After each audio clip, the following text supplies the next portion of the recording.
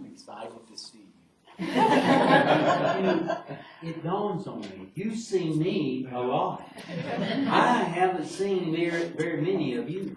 And so it's really nice to see you. Today, we're going to start off with a few things. And I'm going to put some stuff right here, not bother anybody. But a few technical things is what we're going to start off with. First thing we're going to start off with is that I'm going to call the roll. I don't know. Travis B. is here. Ashley Davis is not here. Allison D. That's me. I go by Allie. Okay, Allie. If you'll remind me enough times, I will. Okay. Melissa G. is here. I saw her in this video. I don't have my glasses. Angela H. You. Julie's here. Aaron is here, you know. Jennifer Mitchell, I met. Sarah P. You are formerly Sarah Brown. Is it Joanna S.?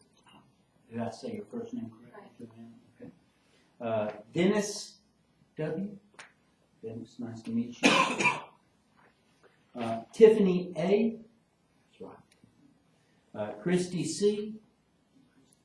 Michelle are here today. Not Michelle, it's not. James.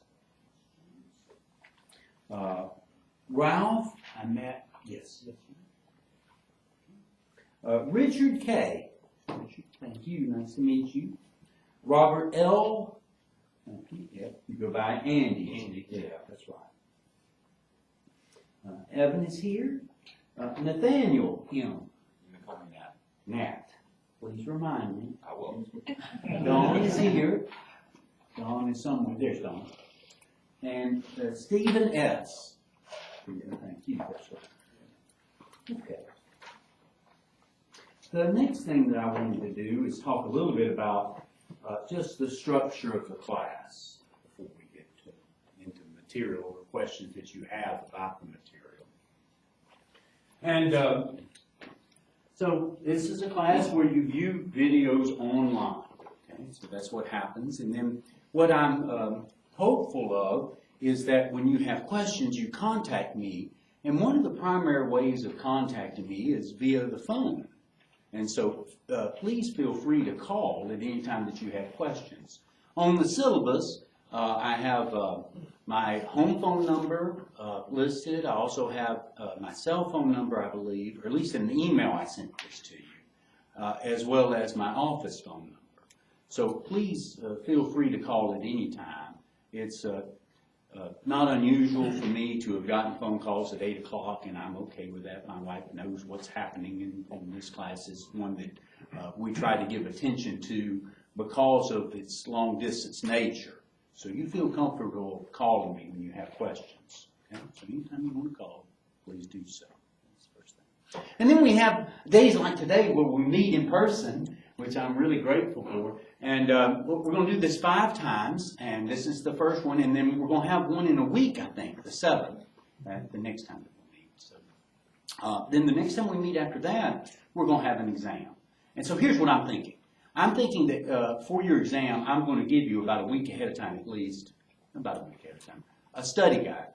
And the structure of this class, this is a class that includes a lot of groups. And some of you were undergraduates here, a few of you. And you may have taken the undergraduate analysis with me. And my structure for undergraduate and graduate are going to be the same. The test is going to consist of problem 1, list the following definitions. So I'm going to say, here's some words, tell me what they mean. And so in mathematics, those definitions are very precise. They're concise. There's not a lot of extra language. Here's what it is. And it takes a long time, really, to unravel what it means. But we've got to be able to state what it is to be able to work with it. So there'll be some questions like that. And then I'll ask you maybe to list some named facts, if there are things that have names associated to them. So it's just some of the facts. And then I plan on asking you to prove a lot of things that were proven in the videos. Not a lot, but some of the problems that will be on the exam prove this, and something we've done. And before the exam, Dawn, a week before, I'll give you some kind of study guide which will narrow down what I will ask you. Does that make sense? Okay? So there will be a narrowing down, but it won't be the exam itself. Oh, I want you to do exactly this when you come in. No. It'll be, hey, these are things that you should expect. And some of them will be problems that you haven't seen before. All right. So that's something about the structure. We're going to have test 1, at the end of this month. And then I think at the end of next month or August 1st, I forget when we meet the last time, you'll have test 2. It won't be a final thing. It'll be the last exam for the class. But it won't be a comprehensive final thing. It'll just cover the second part of the course. Okay? So that's what will happen. Of course, mathematics builds on itself. We all know this. And so you're going to have familiarity with the previous part of the course too to be able to complete the second exam. So that's some structure. Today, there's a homework assignment due. I expect to give about 4 homework assignments. Okay? And I should have another one ready for you probably tomorrow or the next day. And I'm not expecting it to be due the next time we meet. Okay? So let me ask this question. Were you able to receive the homework assignment through email? Was there anybody in here who was not? Okay, so all of you could read, and it was on Blackboard as well. Okay? Well, what I'm expecting is today, I'll gather your homework, and over the next several days, I'll grade it. And then what I'm hopeful to do is post the solutions, not your scores, post the solutions on Blackboard. And then what I'm going to do is mail your graded material back to you, the post office.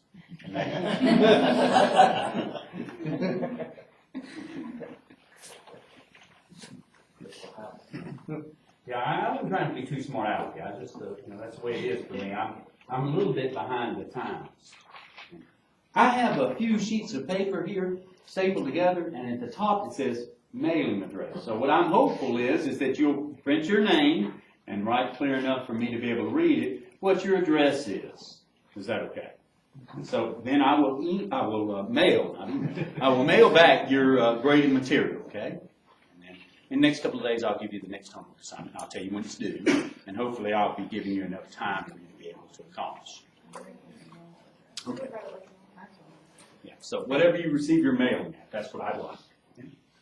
All right, let's see, what else do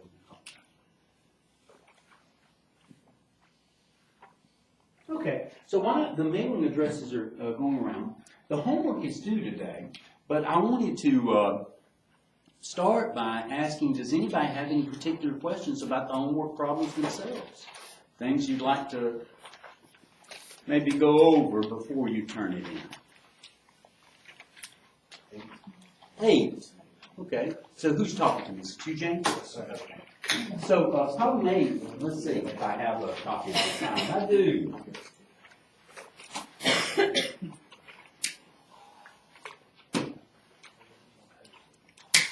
So here's problem 8. It says, this is from homework 1. It says let, and this is supposed to be a script S on the paper, let script S be 0 to 8, union, the set 8 plus 1 over n. So this is a set of numbers that have this form, okay, where n runs from 1 to infinity. And define, so that's our set, needs period. Define this less than by A is less than B if B minus A is an element of S. And this makes S an ordered set.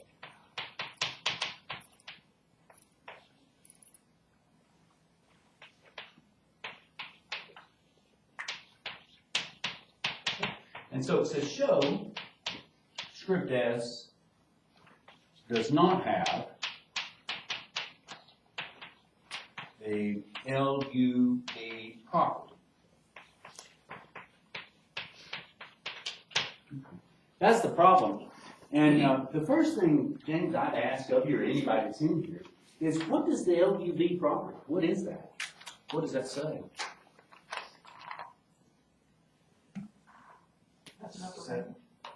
Not just has upper bound. Thank you, Julie, for speaking. Right. That the supremum exists. Okay, so let's, go ahead, Jim. And that there's a supremum of every subset. Okay, so there's some more technical things that need to be said, James, Julie. So first of all, here's what I want you to do, if you don't mind. I should back up a little bit. We have a text for this class, and that text is a very renowned text. Okay? So one of the things that I can say that's done well for the structure of the class, okay, is the book that we're using. We are using the book for this class. But it's not an easy book. It's tough. It's tough to understand. And what I'm trying to do is let that book be the structure for us. So we're going to cover the material in the book. Okay? First 4 chapters, skipping some parts of those first 4 chapters. He's got good structure. And what I'm going to do is add details. Okay? Now, the reason I mention the book is that, or the notes that I'm giving to you, which is straight from the book, except that I'm adding details, is that I'd like for you to look up the least upper bound in your notes or wherever you have it, because there's things that the idea maybe was said a little bit, but it wasn't so clearly said. So what we have to have is an ordered set. So an ordered set is said to have the least upper bound property if what? If every subset It's not empty. that's right. It's non-empty. Bounded above. That's bounded above has A supremum. a supremum. In S, that's right. Is that okay? So we're supposed to show that this doesn't match.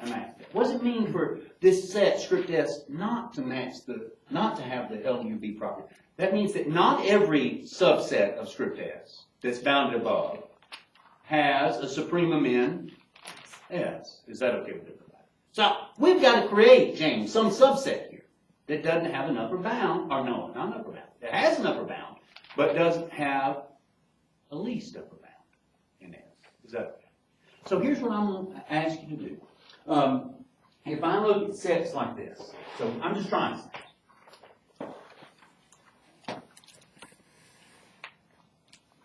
I think you know that's what happens. So subset tries. You know, a lot of times I say things that are funny that are unintentional. Subset tries. So what if I tried 0 to 4? Okay. Now let's say, hey, is that a subset for which the supremum doesn't exist in S? Okay. So I'm thinking, I've got to come up with a subset. Does that make sense? That's the first key. So if I try this, 0 to 4, is this a set that's bounded above in script S? If so, give me an upper bound. 5. It is bounded above. 5's in S, and 5's bigger than everything in this set. Bigger than everything in this set. Is that okay? So it's bounded above. Does it have a supremum in S? 4. Yeah, it sure does. 4. So that's not a good try. Is that okay? It's bounded, but it has a supremum. It's bounded above.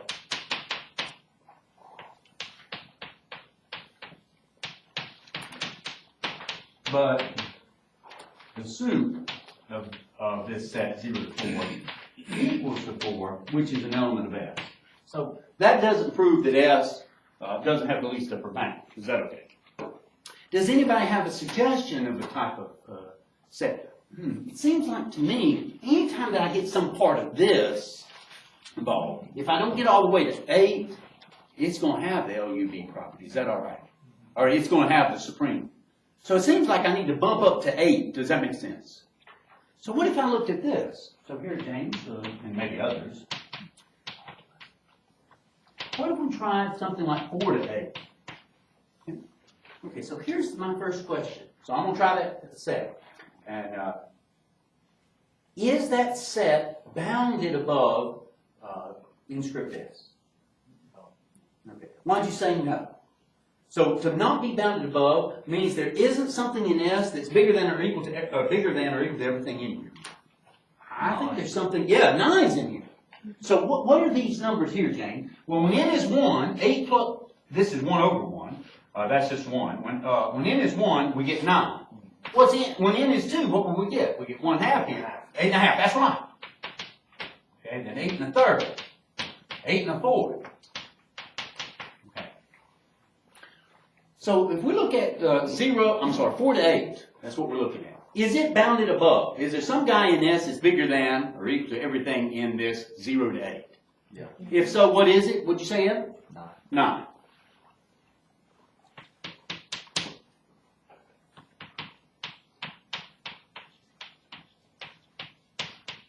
Okay. Okay. High 9. So that's an upper bound. Does it have a supremum in S? And the answer is no. Okay. So I'm answering the question for you.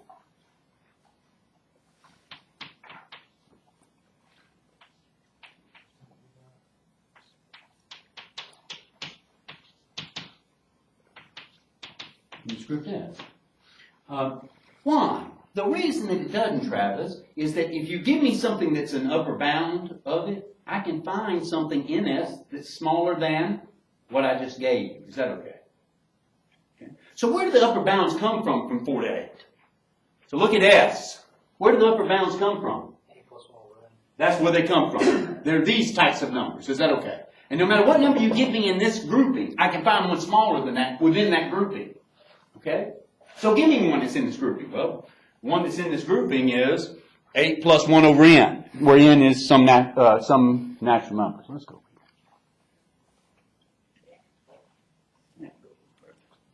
Maybe we'll get some new things. Okay. So if I look at 8 plus 1 over n is an upper bound of, let's say 4 to 8. 4 to 8 is the only set that I could have picked. Infinite number. Yeah, there are infinitely many subsets I could have picked, which are bounded above, but don't have an upper bound. I don't have a supreme, I should say. So the form 8 plus 1 over n is an upper bound of this, and any one of these numbers fit. And can I find one of that form that would be also an upper bound, but yet less than the one that I gave you? What could you give me? Let's call it n sub naught to say it's this particular natural number. What could I give that would also be an upper bound but be smaller than that guy? Yeah, say it a little bit better, maybe. I think you got the right idea, Christy.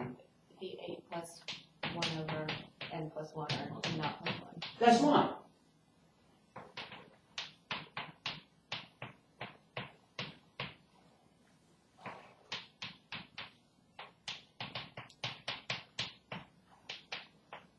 That is less than, or I'll just say in this way I'll say.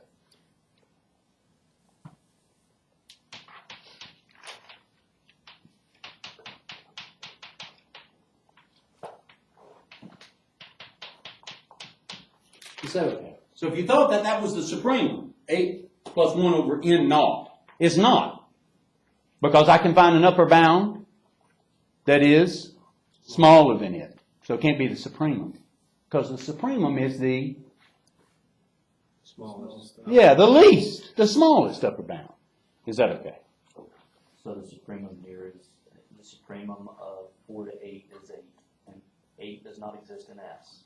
We couldn't even say it is the supremum, because to be the supremum, you have to exist in S. Yeah, that's right. So we just say the supremum does not exist. Okay?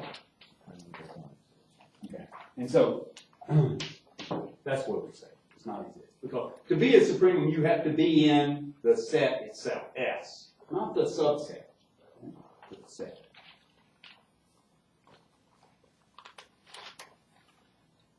Is that okay with everybody?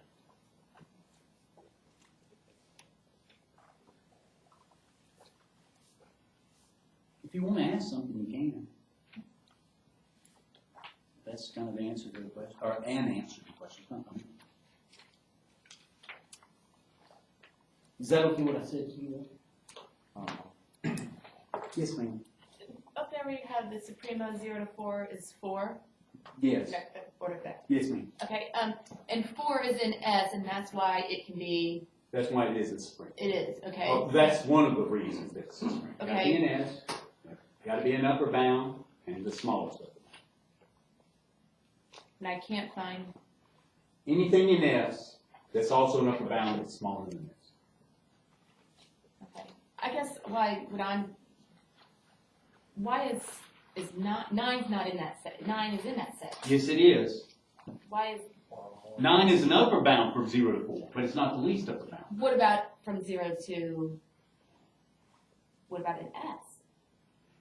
Okay, so for S, if somebody said, what is does S itself, the set S, think of it being a subset of itself. Okay? I think this is your question. Does S have a least upper bound, a supreme? Yes, it is 9. Because it's included. So it would have like a But bracket. I'm not looking at S as my subset. I'm looking at 0 to 4 to 8 is what I'm looking at. Okay, So not every subset of script S has the property that it doesn't have a supreme.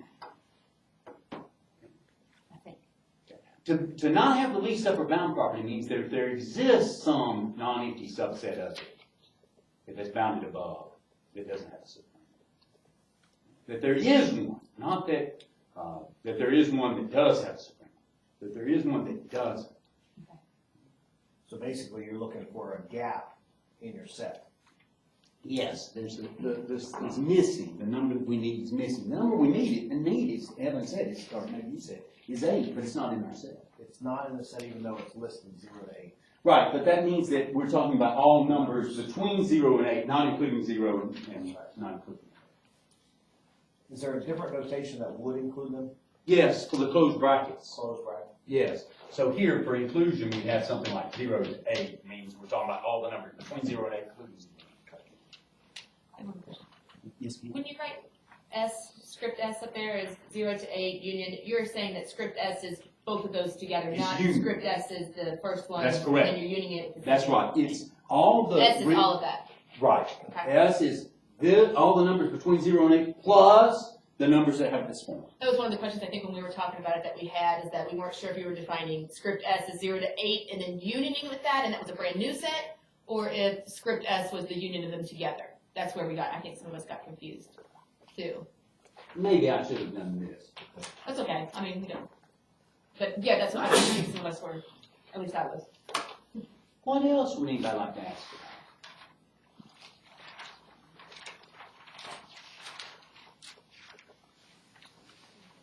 about? And is it okay what I've said? I want to tell you for analysis, it really heavily depends on definitions and facts. We got to know those things. Yes, sir.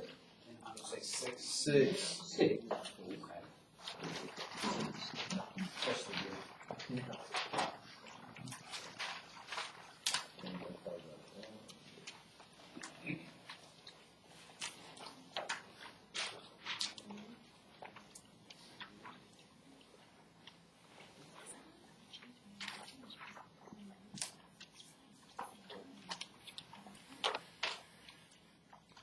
Okay, so for 6,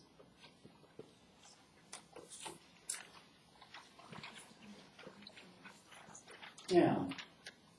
So I've talked to a few people about this, part A, and I'm going to talk about this problem. And so part A is what I think you have in mind. It says, if k is greater than or equal to 2, then for each, sorry, it takes me so long, x and r k, prove that there exists a y bar in RK such that y bar is different from 0, but x bar times y bar equals to 0. It's written very well, the question. I know because it's from the book. Good job, right. That's what it is. Okay, the first thing I want to tell you is we've got to understand the problem a little bit in terms of the notation. So Christy mentioned about the other problems in notation. What we're talking about. The first thing is, what's RK? Okay, what does RK consist of? It consists of objects, okay, that have K entries, K features, and we can do two things with them. The things that we can do is that we can add them. And the way that we add them is what? we add each coordinate. Okay? And then we can multiply them. The way that we multiply them is we multiply each coordinate together and add those results. Okay? So here, so just some kind of thinking here. Let's let k be 3 for a second. K is equal to, so here if you had -1, 2, 3, that's an element of R3. Let's call that x. And you could write down y equal to -1, let's make it 1, -2, let's make it 0. That's an element of R3 as well. And so how would I add these guys? You'd add each coordinate. So I'm going to get a 3 tuple. Okay, I add it. -1 plus, that's 0. 2, that's 0. This is 3. That's what I get. And we can multiply. How do we multiply? X times y is equal to, so it's the sum, this is the way we write it, as here it would be, as maybe I runs from 1 to 3, because there's 3 entries.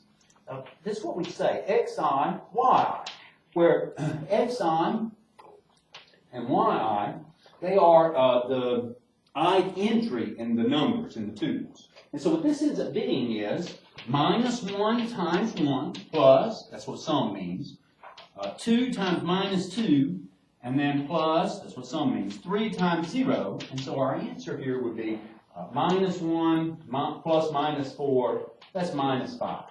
That's what I get. Is that okay? So that's what we can do. Now what's the problem asking me to do? The problem is saying, you give me anything in RK. Doesn't have to be R3. Could have 17 entries. R17, okay? No matter what. You give me one of those guys. There's some guy out there that you can multiply it by for that particular one. There's some, for that particular X. There's some guy out there that you can multiply it by and you get 0, but the guy that you were multiplying by was not 0. That's what we're supposed to do. Is that okay? Okay. Gosh, I can't believe it. It's not Ralph. Steve, I'm sorry, Steve. So let's take a look at this. And what I would suggest is that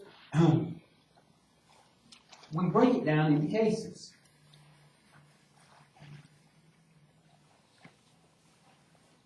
So a few people have asked me about this, and the initial people who asked me about this, All right. Well, that's pretty nice. Getting into my salary. I said break it down into 2 cases for everybody. And the first case is that we'd say, well, what if we have a very simple x? And the simplest x might be that it's the 0 vector in our case. So if x equals to 0, that means that each one of its coordinates is 0.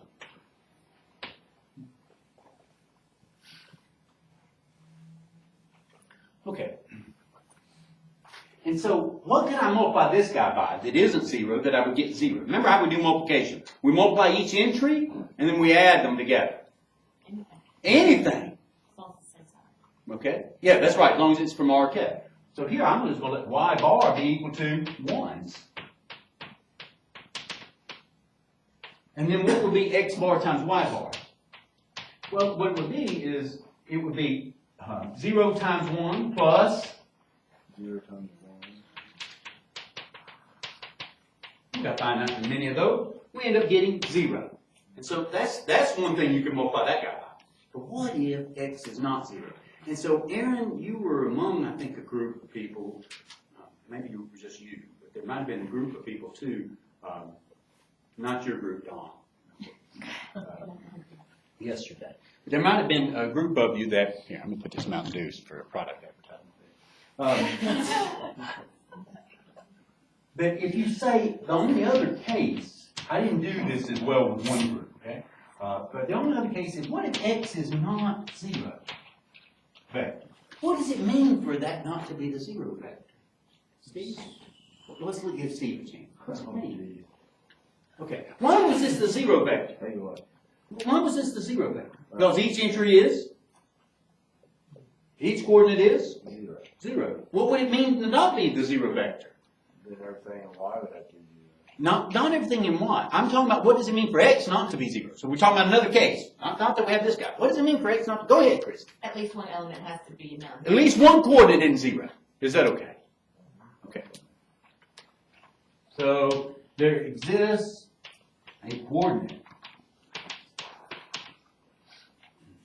x of I, let's say, x of I naught of x, such that x of I naught is non-zero. Well, great. Big deal. So here's what I'm thinking.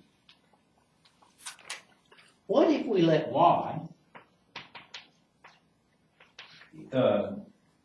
be an element of Rk such that yi, each coordinate of y, is 1 when I naught, when I is different from I naught. So for every coordinate of y, each entry, I'm defining it to be 1 except for one entry of y. I hadn't defined it, so it's not equal to. Well, what should I define that y naught entry to be? Y sub I naught entry. Well, let's see if it should be 0. Remember, what I want to get is the multiplication should be equal to 0 0. equals to,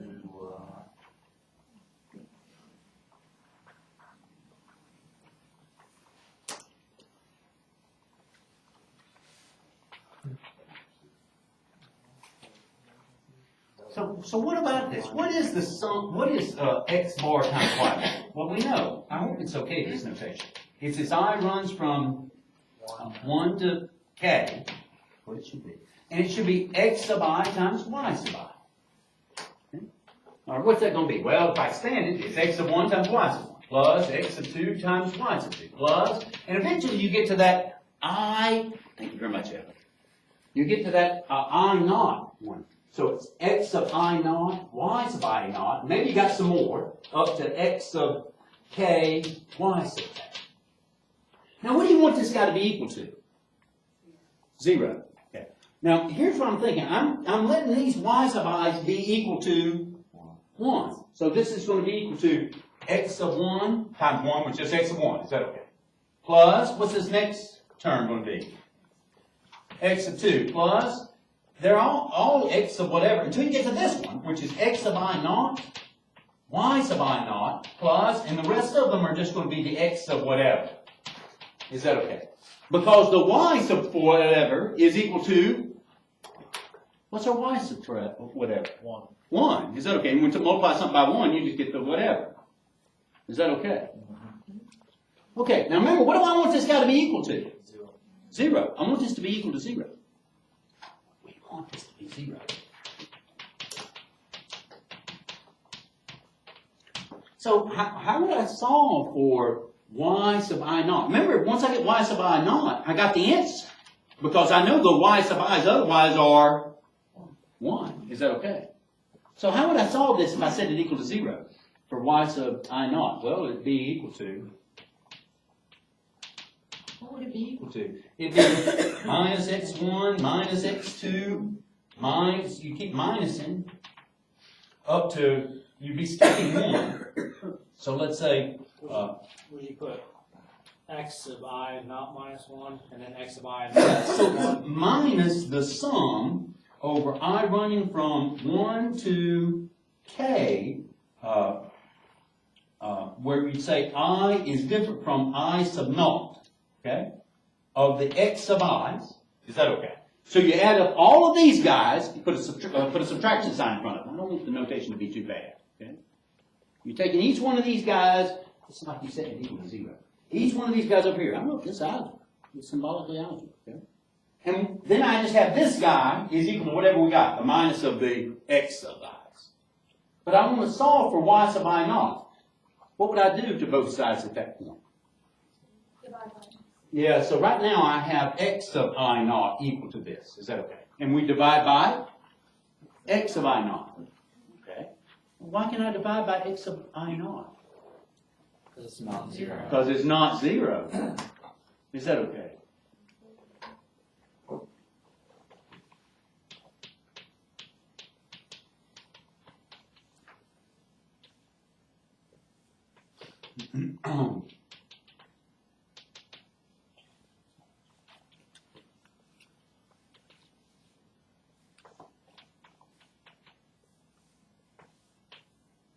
And that gives me my y.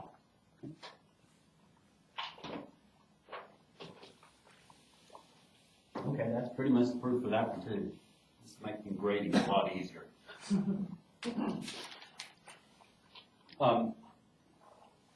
Let us get some understanding maybe through an example. So there's nothing wrong with looking at examples.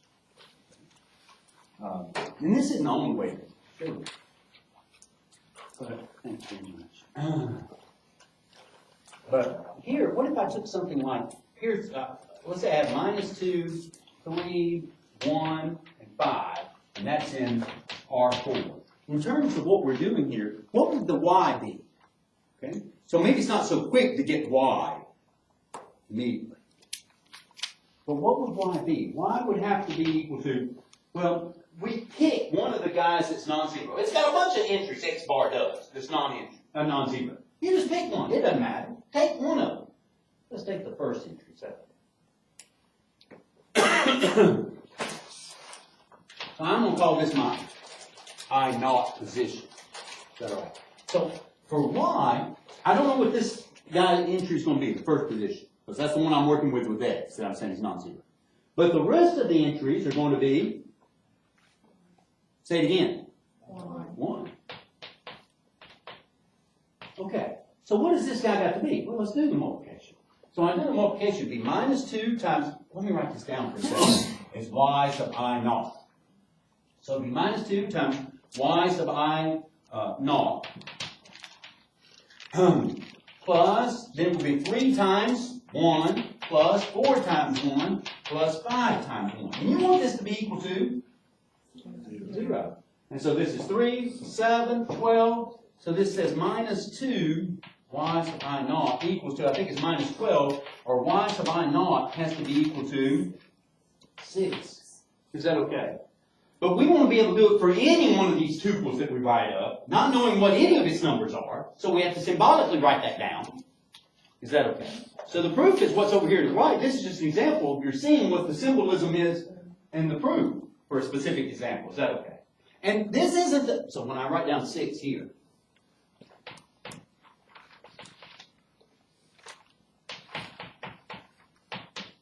is that the only guy that I can multiply this x bar and get 0, but that's non-zero? No, I could have picked some other coordinate of this particular x that was non-zero and worked with it. Is that okay? Okay. So I don't think it's easy. I don't think it's easy to come up with these. Okay? I don't think it's easy at all. But that's why you had a good bit of time to work on. I know you got other stuff to work on too. And when you get stuck, your job's to ask me. My job's to give you hints. These are big hints today, like here's the answer. I won't be doing that so often. I don't mean to sound mean, but I just, because the job is for you to learn. You have to exercise to learn, just like I have to exercise to learn. Okay? But we won't be doing some encouragement today. Is that okay? I'm going to tell you this. I said I want to be doing some encouragement, but I also want to be saying something true. This class is not easy. I'm teaching a probability graduate level class. The material is much easier than probability class for me, in my opinion. That's an opinion. There's anything to be careful of. It's just, this isn't easy. You want to spend time with it. Think about it. And what kind of helps you and also confines you are the definitions, the facts. That's all we got. Does that make sense to everybody? Those guys. Okay. When you have questions, you ask me. All right, so those are some questions to the homework. Maybe you have others. I don't want to do all the homework. Okay? So maybe one more at most. Now, part B on that, that's just Yes or no? Say that again. In all, yes. It's just one coordinate, if you will, or just one number. Do we have to provide proof? No. It's his answer, yes or no. On the same question there, 6. When second line down where you got x1 plus x2, Yes, sir. since we're allowed to have all zeros except for one element, is it okay if I let all those be zeros and basically condense that to just the xy with the So if you let what be all zeros? all the x's except for the one that's the xi. No. And the reason is that you're given some x, okay? And the x may not have all of its coordinates be 0 except for that one. We don't know anything about it, except that in this case, it isn't 0. It doesn't mean that all of its entries are 0 besides one of them. Okay? It might have lots of them that aren't 0. But what we know, if it's not the 0 vector, there's at least one coordinate that isn't 0. And that's good enough for us to progress on. Okay. But we can't just assume that all the other coordinates are 0, because if you do that, you're not doing it for every type of x bar in RK. Okay. Because there's some x bars that don't have any entries being 0. That's how it is. Is that okay what I said? Okay. Is there anything else anybody like to ask me about? Yes, sir? I don't know if everyone signed the address sheet or not. Okay, I don't think it's made its way up here. Thank you very much, sir. And there's, there's other pages here on the back side.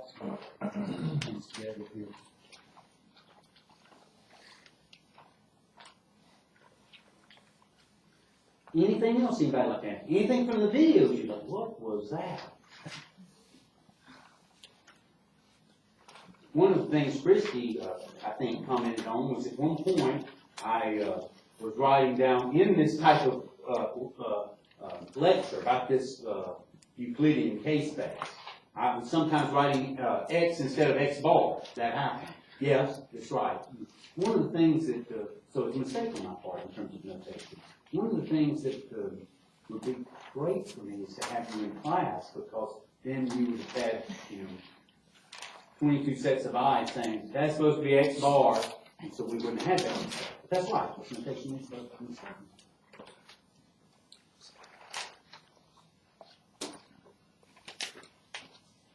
I had a question, if I can just look at what I've written on my notes. Okay. You gave something a name, and I couldn't understand what you were saying on that. Well, that's called the triangle inequality. Okay, that's what I thought, Yeah, that's but I right. wasn't for sure that's what, okay. Yeah, that's what it's called. All right, thank you. Yes, ma'am. Okay, well, I have things that I want to do. Okay? Good. So if you don't have any questions, then I'm going to move on to things just to get more practice and for us to use our time. Okay? But does anybody want to ask me something? I trouble with number 3. Okay. No.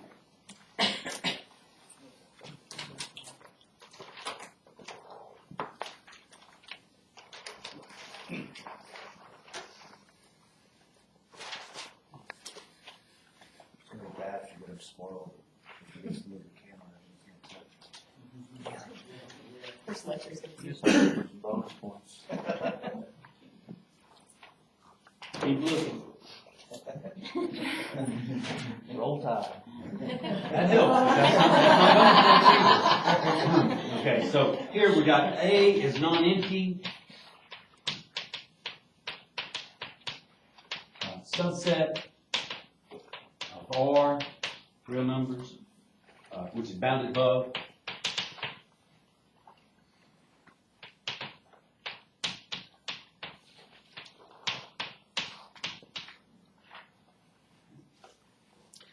Let minus A be the set of all numbers minus x, where x is in A. And then it says, prove the supremum of A is equal to minus the infimum of minus A. Okay. Okay. So in the first lecture and a half, we talked about, well, maybe it's just the first lecture, we talked about proving techniques. And this one is something I think we can do directly. So here, let's start off with proof idea. The first thing we ought to do if we do a direct proof is we assume the conditions.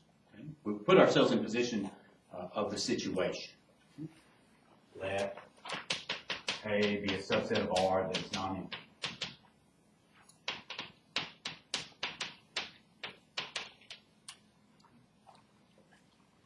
which is bounded above. The first thing is I look over here to the left of the problem is that, well, we'll find minus sign. And here's what I'll write. I'll say it consists of all minus x such that x is an element of A. That's what this is. If you're, how do you get in minus A? You're minus of a number that was in that. Which is bounded, I didn't write down the right word, it's bounded above. Now, the very next thing that I think about was that we're supposed to show that the sup of A, well, let's write that down, reminders. Sup.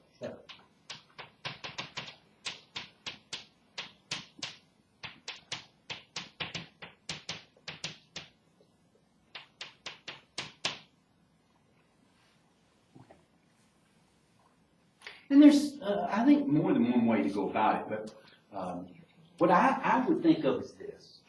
Negative A. Oh, sure, it should be. Thank you very much. See, a lot of eyes. Look. Okay, so here's what I would do. I'd say, well, note, since first thing is that I have a question of why does the sup of A even exist?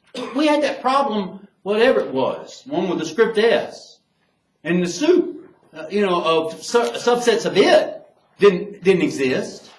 This problem, what was it, 8? So how do I know the sup of this guy exists? Where it's bounded above, Yeah. and that element is in the set.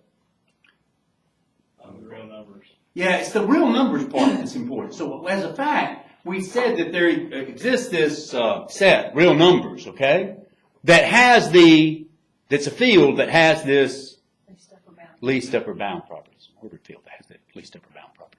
So what I'd say is since R has the LUV property, so that was just something we stated in one of the video lectures. Okay? We didn't prove it. It is in the appendix of that first chapter, but I wouldn't go through that. Has the LUV property. Then the supremum of A, since it's bounded above, exists in R. And I don't want to write down supremum of A every time. Let's call it, so I'm going to give it a name. You don't have to. I'm going to call it alpha. Now, what I want to show is, we want to show, so here, if I kind of work with this in terms of real numbers, I really want to show that minus alpha, that's minus the sup of A, equals to the infimum of minus A. That's one thing that proves what we want, okay? Because then you multiply both sides by minus 1, you get the result. So that's what we want to prove. And so here, I need to say, well, this minus alpha is going to be the infimum of minus A. What does it mean for something to be the infimum of minus A? Well, it means two things. Okay? And that comes from the definition of the infimum of a set. Okay? What does it mean to be an infimum of a set? It means you're the greatest lower bound. So two things have to be satisfied. You got to be a lower bound. Okay? Okay? It's the greatest lower bound. So if you give me something bigger than it, it's not a lower bound. Is that okay? Those are the two things to show for minus A. Minus alpha in relationship to the set minus A. Does that make sense what I said? So here's what's going to happen. I'm going to write it over here.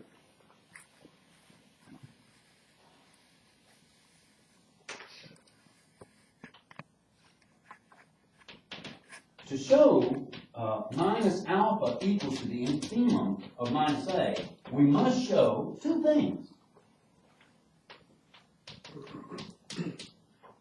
One is that minus alpha is a lower bound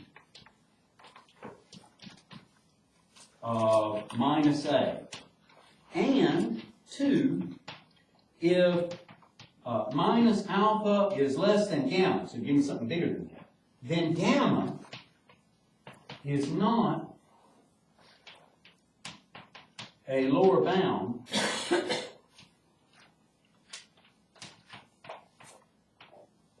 of minus A. That's what we have to show. And you say, why do you have to show that? Because that's what it means to be the infimum of minus A. It's not something I'm making up. That's its definition. Okay? So in mathematics, in analysis, we give strict characteristics of what it means to be something. If it has these properties, it is that guy or that object. If it doesn't have those properties, it's not that object. Is that okay? So these are the two characteristics that the number that we're looking for has to have to be the infimum of minus alpha. So I got to make sure that minus alpha satisfies it. That's my goal. And it does, because I'm giving you a problem that's true, and we just have to prove it. Is that okay? I'm not going to say anything more about the problem, okay? But I just want to give you structure. This is what you got to do. Okay?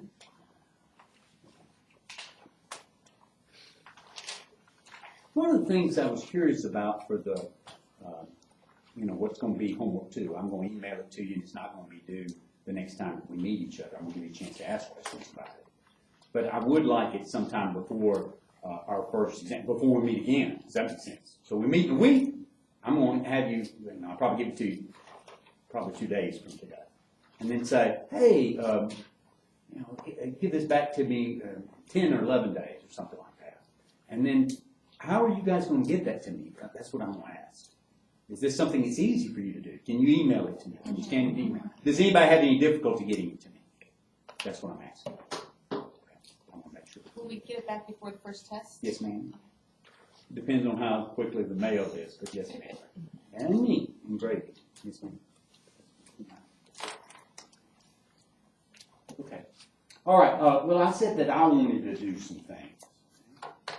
So, partly what I want to emphasize to you is content, especially the kind of confining nature and structure of this type of class. We just know these things, and we have to work with them. I'd like to.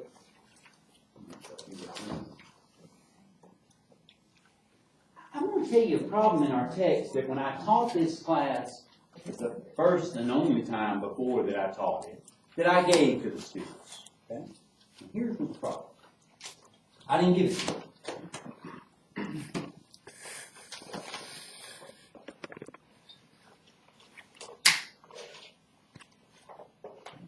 So here, it says show. So here's the problem. Show a set of complex numbers is not an ordered field.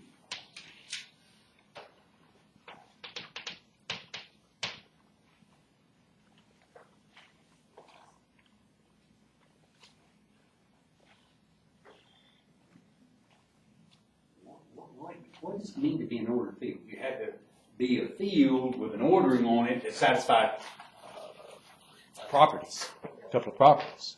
Is that okay? And it says, we'll show that the set of complex numbers doesn't do this. Okay? Complex numbers have got two operations on them. What do they have? They have addition and multiplication. Okay? So that's what a field needs to have. But this isn't an ordered field. Okay? Okay, why not? Well, there is some problem with that. And here's what I'll say as a fact. So let's recall this. If F is a field, is an ordered field,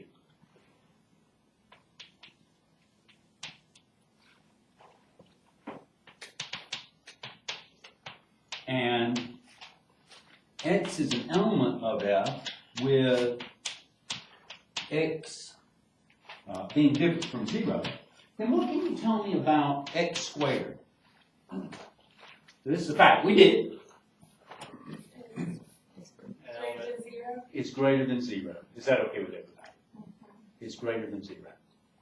So if script C was an ordered field, then anytime you gave me something that wasn't 0, and there is a guy that's 0 in C. What is it? It's 0, 0 if you think of C as a couple. Okay? Like R2. That's the 0 guy. But if you give me something that isn't 0 and you square it, multiply by itself, you better get something that is greater than 0. But there is a number out there that we can multiply by itself and get something that isn't greater than 0. I.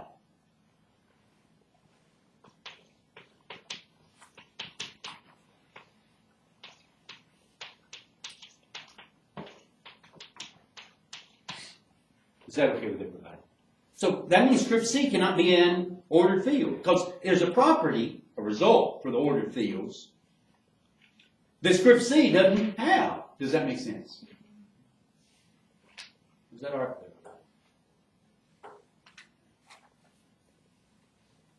I want to talk about another property.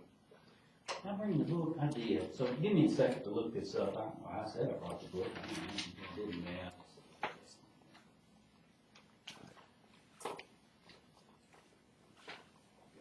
Give me 1 second. I'm going to give you another thing. So this is a fact I think I'm going to give about just ordered sets. Just ordered sets.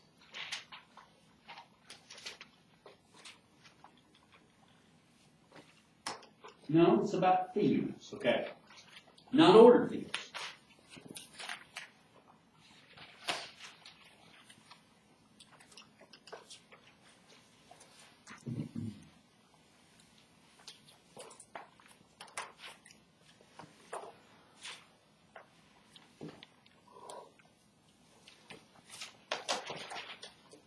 So here's a fact that I want you to recall.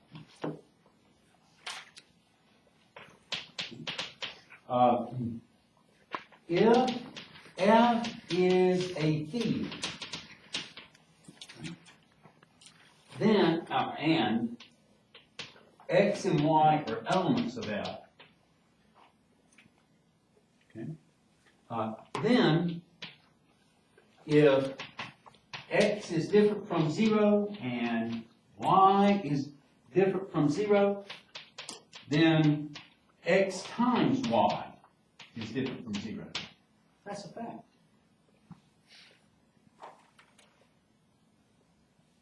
We talked about a problem today that makes me realize that the setting for which we were working wasn't a field. We talked about a problem today. Say that again? 0. So what's that? Yeah, there's something missing here. Thank you very much.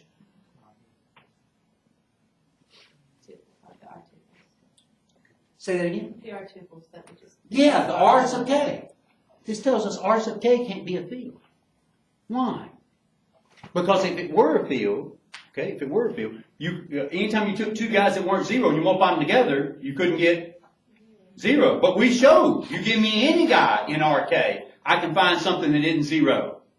So I give you something non-zero, you can find something that's non-zero, you multiply it together and you get something that isn't 0. Or it's something that is 0. Yeah, that's right. Something that is 0. So that violates this fact about fields. Is that okay? Here's what's that. This shows, this can be used to show that RK is not in field. K greater than 1. Right? Yeah, K greater than 1. That's right. That's the important thing. That is right. That's right, because R is. That's right. Is that okay with everybody? And so that's kind of something in the problem that we did and work that we have to make you think, oh, when he's putting up these stuff on the board and talking about, what is a field? And give me an example. Well, here's something that isn't. And we're finding it kind of through the problems if we extend and we have problems. Is that okay with everybody? So, one of the things also that I've mentioned that I think is very important, and when I have a test, I'll limit what I'm going to ask you about on the exams. Okay, so there's a lot of information. But in mathematics, and things, we have a lot of content, and lots of things stem from the definition. So it's good to know the definitions. Does anybody know what it means to be a field? There's 11 properties. Yeah, it's got 11 properties. And we showed that the complex numbers satisfied being a field. We showed that. It was something we did. And I got behind me, well, you're saying it's not a field. No, that's not what we're saying. We're saying it's not an ordered field. That word means something. Okay? It's got ordering on it. Okay? And it has to satisfy 3 properties too. More than just a field. Okay? So those definitions are important. So the relevant properties, I'm just curious, can we kind of name them? And can we say what RK is missing? Is that okay? You know, I'm saying RK is not a field. Is that okay? What's missing? Why is it not a field? What's happening? It has a 0 element. Yeah, there's a lot. So let's look at the setup first of all. What's the first thing? So to be a field, what is it? So F is a field if it's satisfied.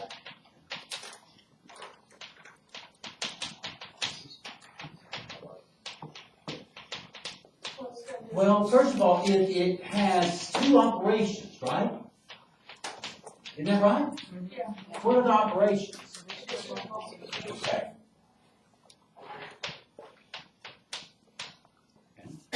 Satisfying. I might write it a little different. So the first thing I think is that we have, if you add two of them, you're back in the field. Yeah, that's right. It's called closed under division. So if X and Y is an element of F, anytime you got two of them, it's in F. X plus Y is an element of F. What else we got? And you say, well, this is in the notes. Well, because it's something we need to be able to do. Does that make sense? And I'm not saying, oh, you should have it down. That's not what I'm. But this, content. Does that make sense? And if we can't hold them or get a little maybe nudge to help us get it, we don't know it. Does that make sense? I mean, there's a lot to learn. People say, well, it's just memorization. Not exactly, but we have to be able to quote it. So partly, yes. Not all of it. So two. That has to be yes. Okay. What else? So we can add to it. Well, we got commutativity, I think. So X plus Y equals to? Okay, then we had associativity, wasn't it? So X plus Y plus Z is equal to, well, I didn't write it the way that I did to start. X plus Y plus Z is equal to X plus Y plus Z. Is that all right? What else did we have? Parentheses need changed. That's right. Cool. That's right. I shouldn't we throw Z up there at the very beginning? Yeah, and so here, or I could write it for here. If, with, or for all, X, Y, Z element of F. Yes, that is right. And then, here, for every, well, there exists, I should start off, there exists a 0 element of F, such that X plus 0 equals to X, and that's true for all X element of F. And then fifthly, what else do we have? That's right. So for each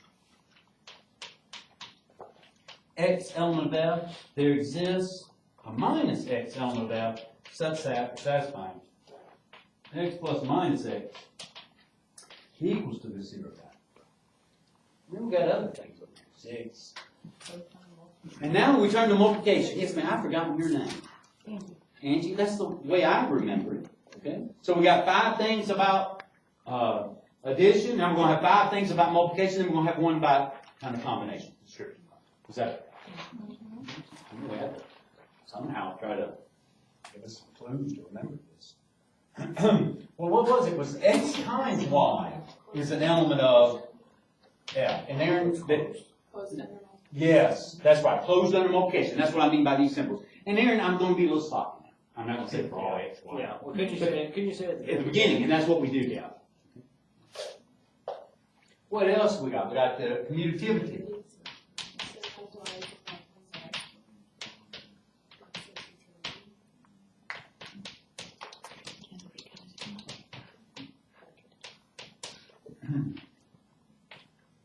And then what else do we have? Now, so we got some guy that is, yeah, there's just one. What's so special about that? One, well, I didn't say this, but it's true. Okay, I didn't say this. And then I went back and said it. It's different than 0. Yeah, I went back and said, hey, this guy is 0.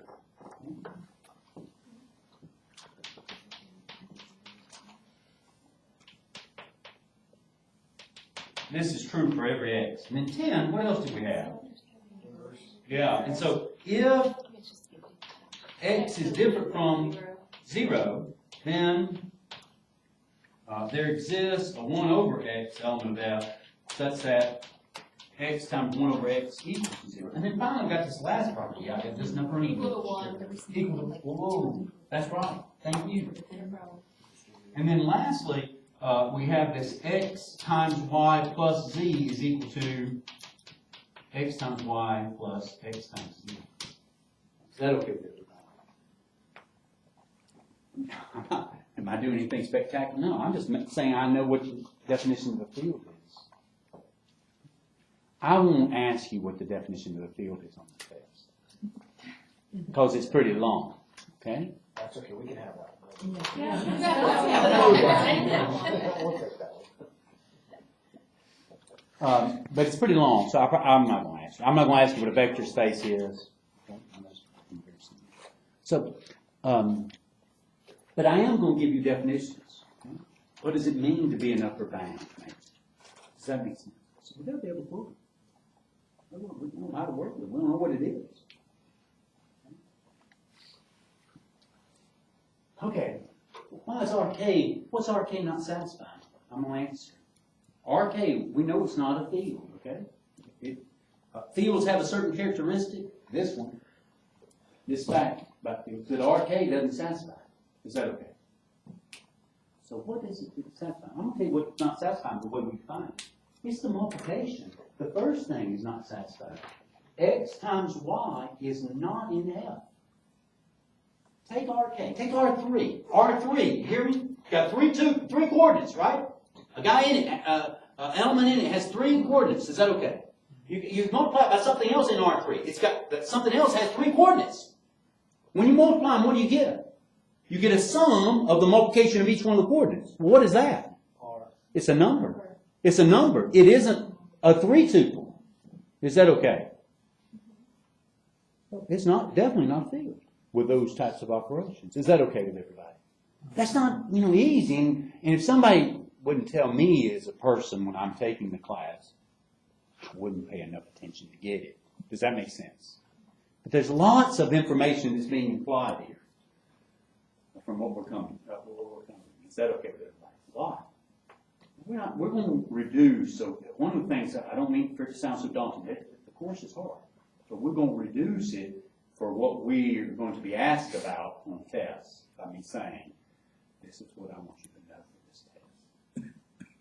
And that won't be, what I'll give you is more than what I'll ask you about. But I'll narrow down the information for the test itself. Does that make sense? All right, I think to do the homework 1, there were about 7 videos we had.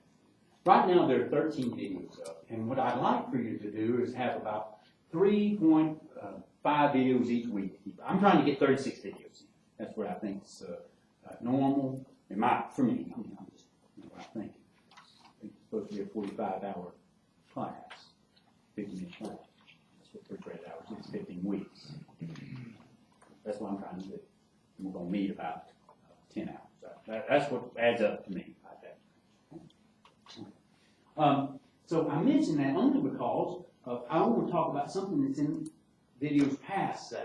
So I don't know if people have seen it or not, but I want to talk a little bit about this basic topology and something about sets and in terms of unions. I don't know if people have seen it in the later videos, but I'd like to start with some things. Well, really, in video 2,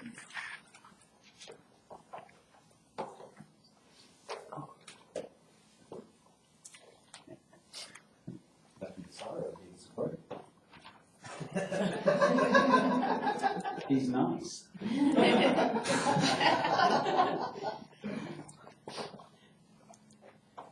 Plus,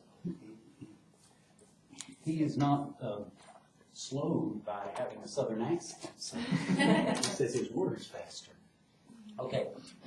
One thing that we had in video 2 and later when we first started this chapter 2 material 12 is that so we had some basic set operations.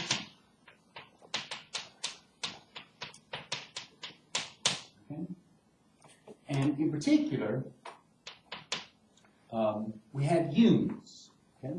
So A union B, what it is, it's the collection of all objects. That's X is an element of A, or X is an element of B. Then we talked about what if we have more than two sets where we're unioning up, okay? So let's say if, let me say big A, it's a set, is an indexing set. Like a set of natural numbers possible. And E sub alpha are sets where alpha is an element of A. What the heck is he talking about? Look, what I'm trying to do is say you got this set A, and from that we're going to get elements. And we're going to write them as subscripts for other sets. That distinguishes these subsets from each other. For instance, if A was the set of natural numbers, what's the set of natural numbers? 1, 2, 3, 4, 5, forever, okay? I could have E sub 1. I could have E sub 2. I could have E sub 3. Is that okay? That's all we're talking about. Then one of the things it said is that the union for all alphas in A of E sub alpha, okay, that equals to the set of all objects A, such that what? There exists an alpha element of A with such that X is an element of E sub alpha. So there's at least one E sub alpha for which X is part of. Is that okay?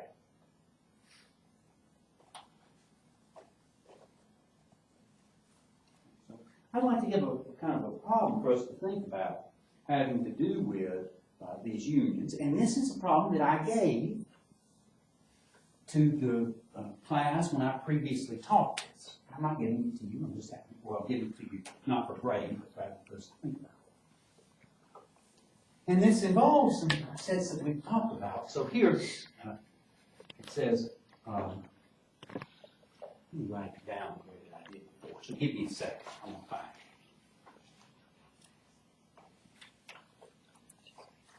I think.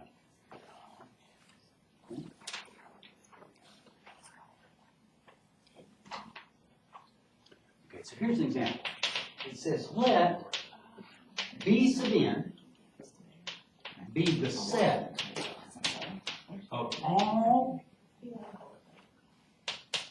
n tuples, A sub 1, A sub 2, A sub 3, up to A sub n, where A sub I is an element of either 0 or 1.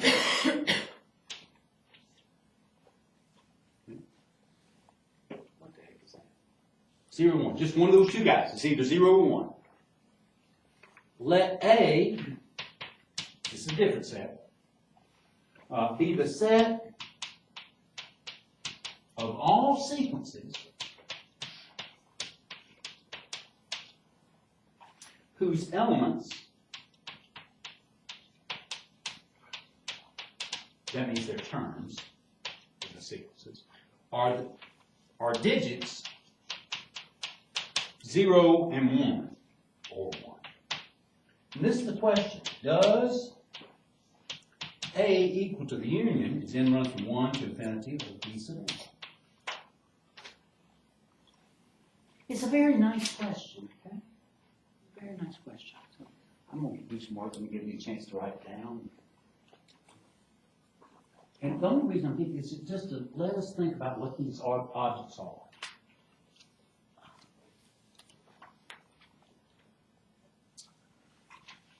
Is that union in 1 to infinity?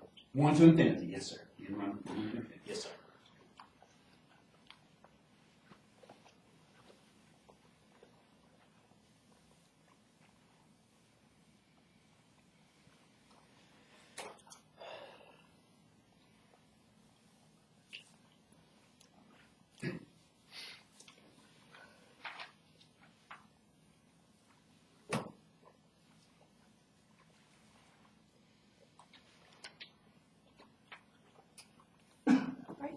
Yes, ma'am. Is there any reason why you switched the way you found X?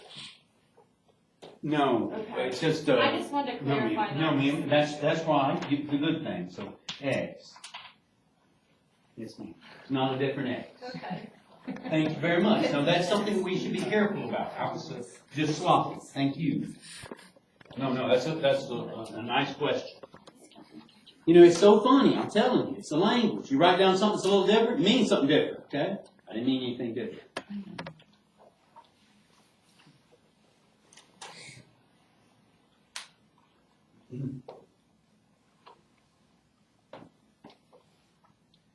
Now I'm going to answer your question. You said, is there any reason that you did it? Yes, because I did something that was wrong. Okay, and the reason I did something that was wrong, because in probability, you call a random variable big X, and you call its output values little x.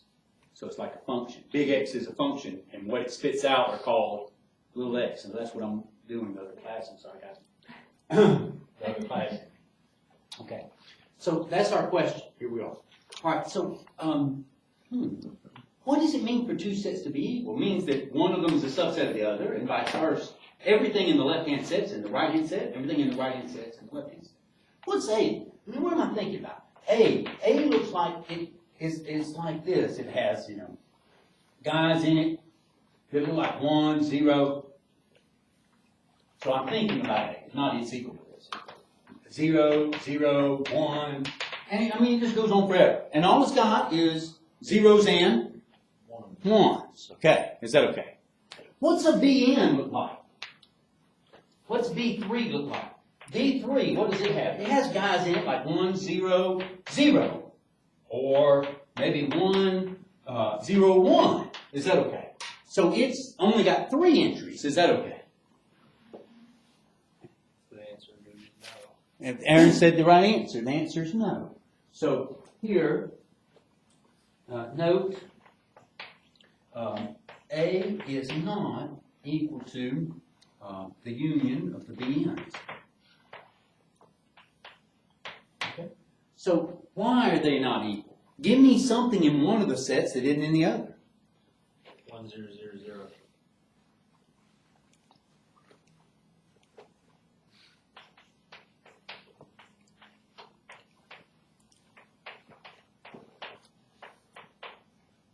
It's element B3, so 1, 0, 0 is an element of the union of the n's running from 1 to infinity, because it's in one of them. Is that okay? But 1, 0, 0 is not an element of A. Why? To be an element of A, you are in... Can you have just 3 entries? No. You have to have... Well, you have to have infinitely many. I don't know if that's clear. That's what's meant here. It goes on forever. Is that okay? Because it's a sequence. Yes, that's what we mean by that. It goes on forever. Is that okay? Maybe I wasn't so clear in defining what A was. Is that all right? But it seems like, yes. Should that be note or not? On the bottom? Right here, it's a note. Okay. Thank you.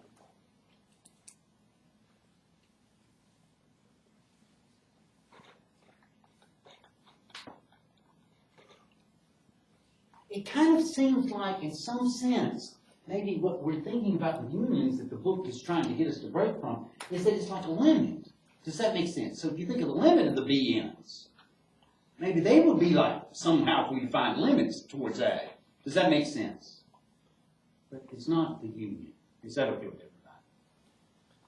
everybody? Something that I had given students before. Let me ask, you just tell the truth. Have people been looking at videos 8, 9, 10, 11? Have you had a chance? 8, 9, Okay. So I'd like to spend just a little bit of time, because the next homework assignment has to do with chapter 2. Talk a little bit about chapter 2. And so this was something from chapter 2 a little bit about the subsets. But what I'm going to talk about next is the topology. And topology has a bunch of definitions. So one video lecture ends with about 6 definitions in a row. And then the next video lecture starts with about another 5 video lectures. or something like that. And they have to do basic topology, structures that were going to be used. Okay? And for a 4A topology, we're talking about, for us in particular, we're talking about a metric space. So let me write up this definition for a metric space.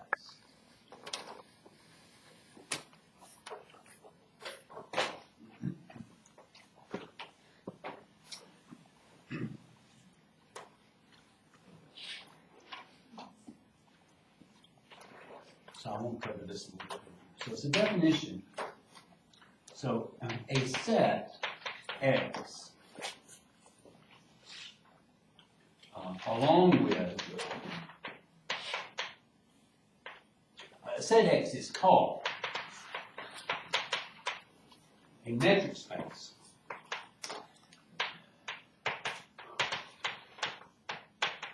if there exists a function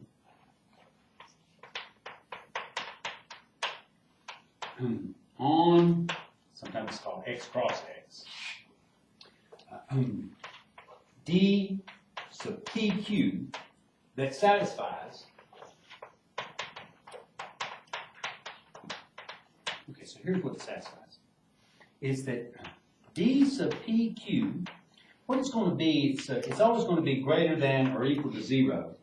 And D sub PQ equals to 0 if and only if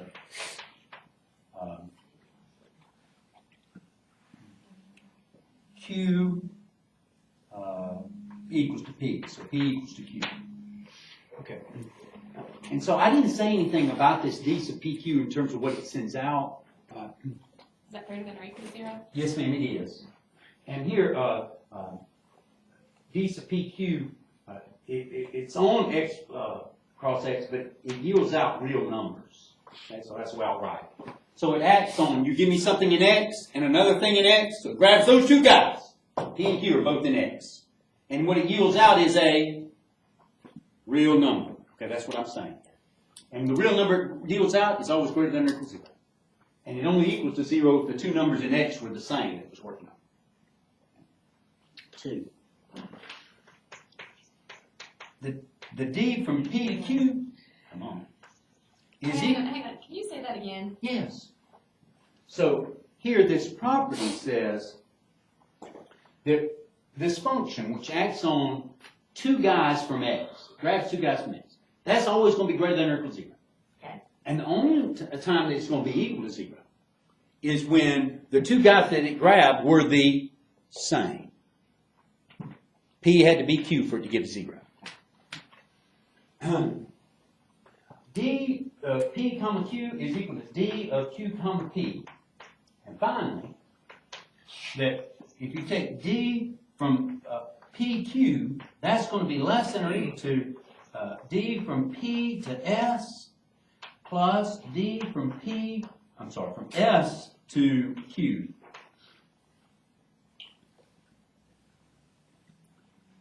And D is called the distance function. That's what the distance function does. The distance, it has these three main properties. What are you talking about? Well, the distance is always greater than or equal to 0 unless you're taking the distance between the same things, same points. Is that okay? What else? The distance from P to Q ought to be the distance from, and the distance between 2 points ought to be, the smallest distance ought to be a straight line. So if you go from this one to that one to another one, that's going to be bigger distance. Is that okay? Or bigger than or equal to, not still being the same line. Is that okay? That's what we're thinking about. This is the distance function. That's the way we define the distance function, okay? So this abstract setting. So instead of, hey, we got a distance, we say this is what it's got to satisfy. Is that okay? Okay, so we'll be working in there.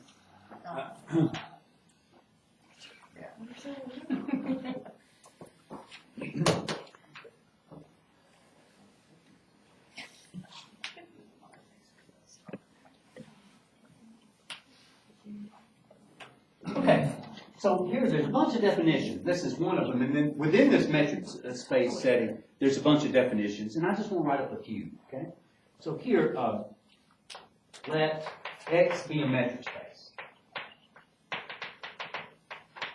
So this is in the notes, but I just want to, or in the video, so I just want to talk about And one definition is,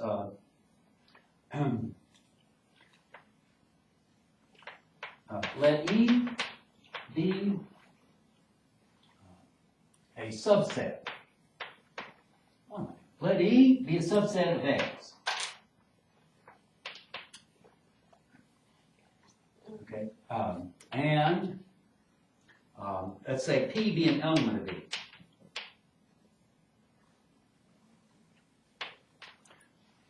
P is an interior point.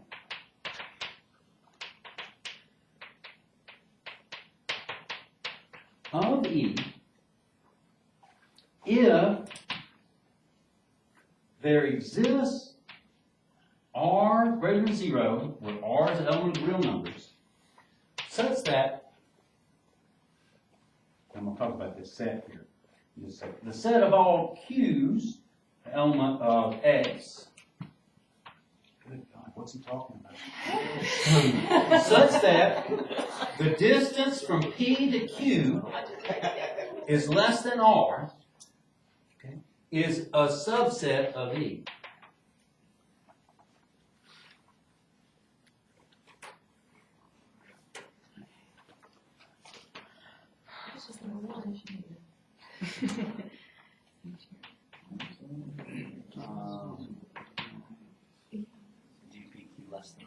It's less than R.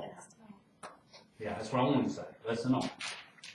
Less than R. Yes, sir, that's what I wanted to say. This is kind of 1 and 2. Oh, I know you love it. Look at all this stuff on once. NRP is called a neighborhood. A neighborhood of P. Okay, I'm going to help. Don't worry. It'll be clear. Just set the whole.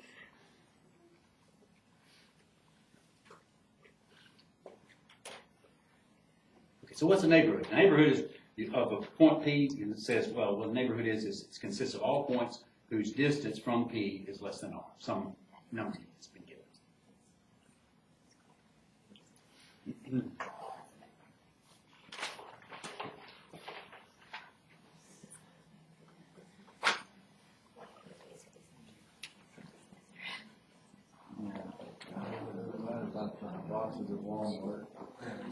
Okay, I want to look at some examples. Okay, so this is the abstract setting, but I want to simplify it in some sense as we look at R.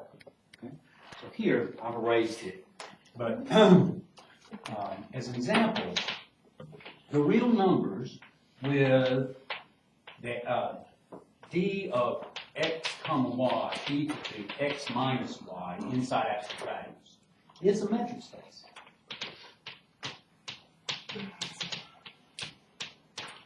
But one thing I like very much about the setup that we have for our graduate program is that who we're working with. You guys are teachers.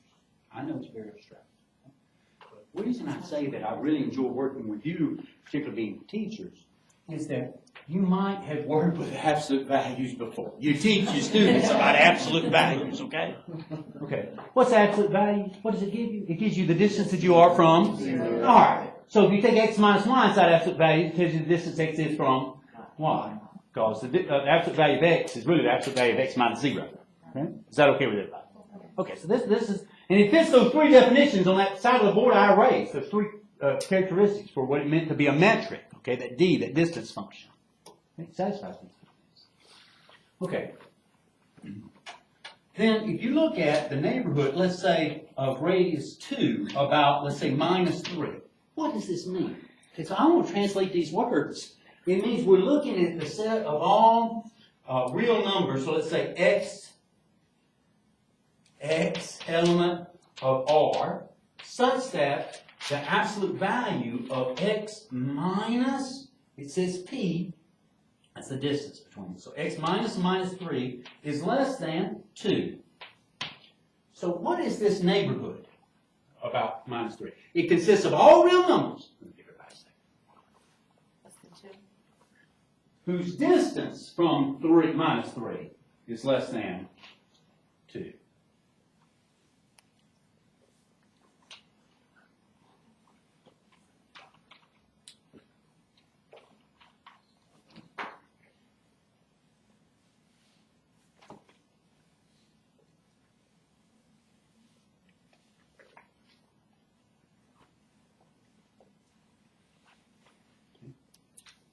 if I think of it pictorially, here is minus 3, okay? Here's 0 way over there, but I'm going to draw it. Okay. What am I talking about? I'm talking about all the numbers whose distance from, I'm talking about all the numbers whose distance from minus 3 is less than 2.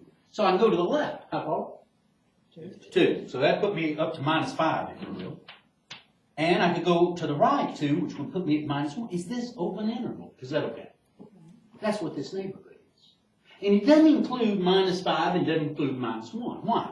It doesn't include minus 5 because minus 5, well, it is a real number, but its distance from minus 3 is not less than 2. It's equal to 2. Is that okay with everybody? And that's what I'm just looking at here.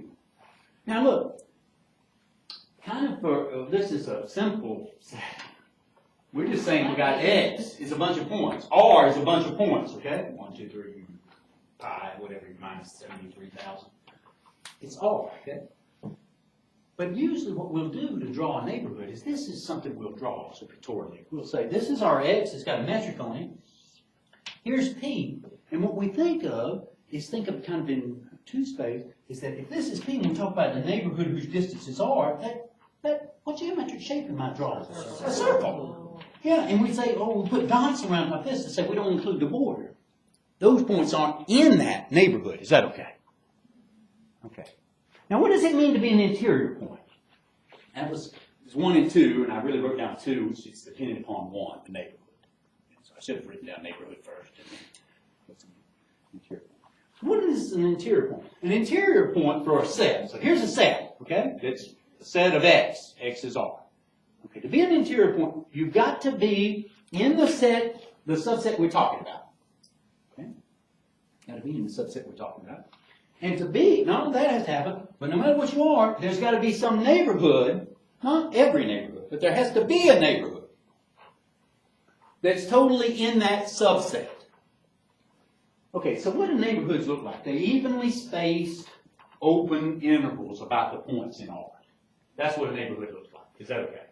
So you see that? I tried to make a dot. Okay, that's my dot. Whatever number that is. Let's say that's minus 1.7. Is that an interior point? Can I find some radius, some positive number, so that if I just look at the ball with radius R about that, so that here the ball is just an interval, okay, that would totally be contained in this set? Yeah, that's right. Is that okay with everybody? Yeah. Is every point of this set from minus 5 to minus 1 open interval? Is it an interior point? No matter what point that I give you, can I get some little neighborhood about it that's totally contained in that region? The answer is yes. Is that okay? Is that all right?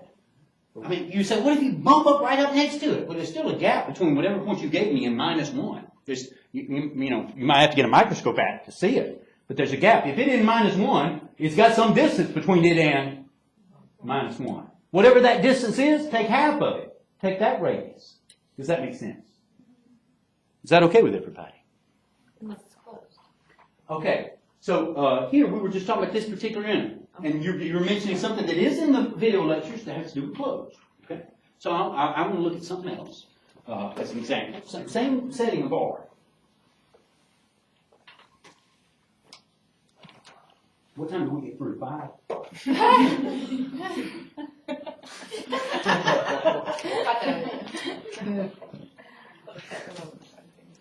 Look, I'm going to tell everybody. I'm glad if people laugh, but if people don't laugh, I don't care. I'm self-entertained. So I laugh, and that's all I care about.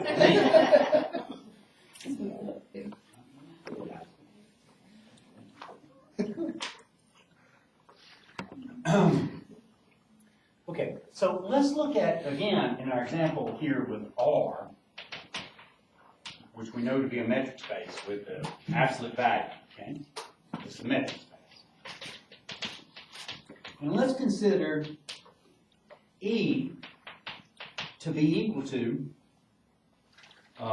this set.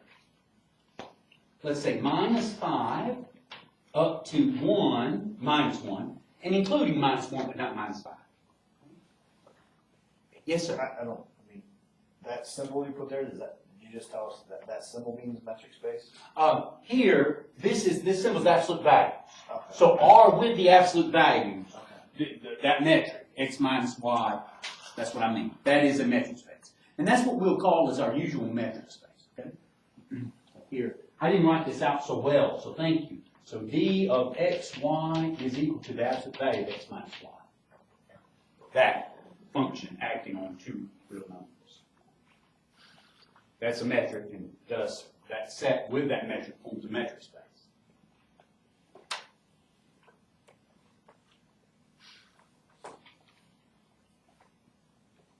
Okay. So here's what I want to ask.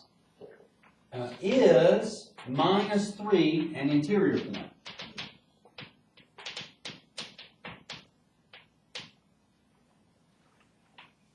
Remember, here's E.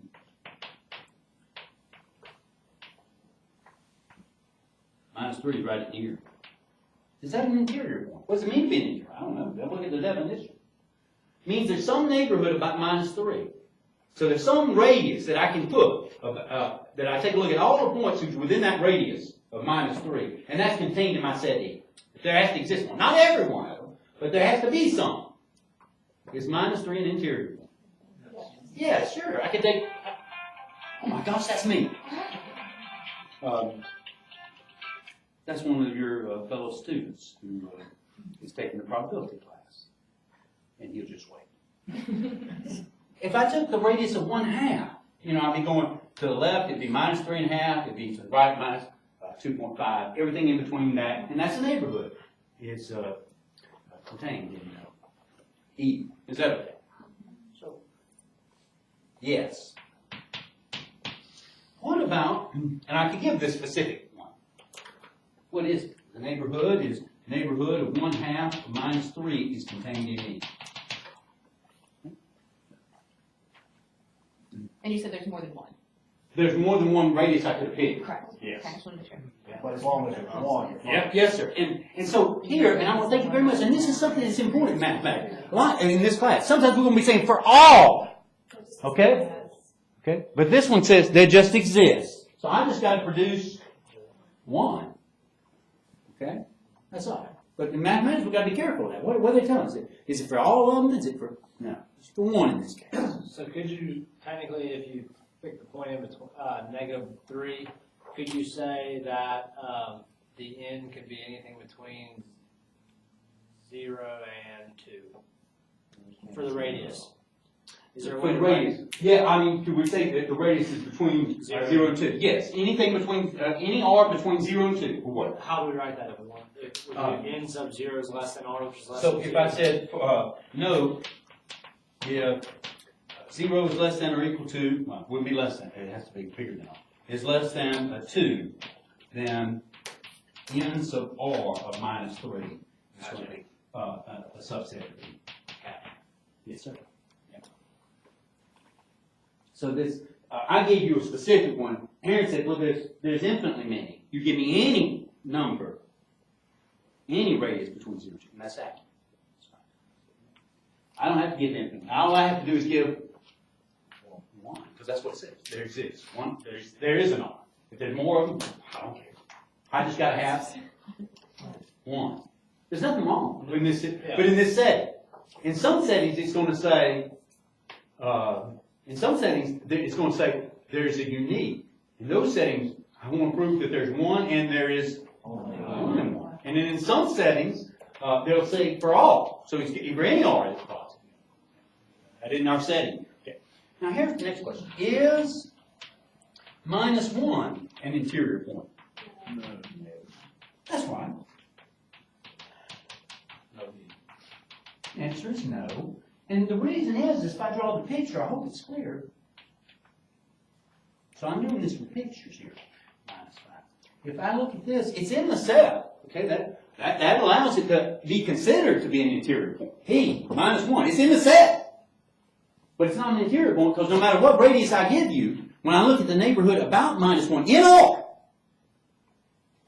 it is never going to be totally contained in this set E. Because it's going to have some part of it that's going to the right of -1, which is not in E. Is that okay? Is that okay with you?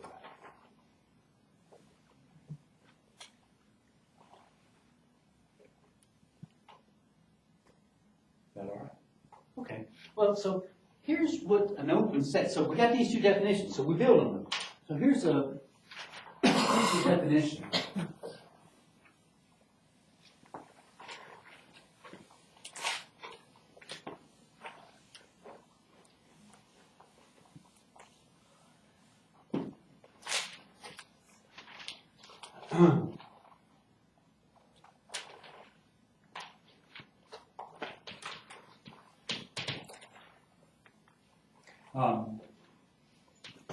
X, B is a metric space.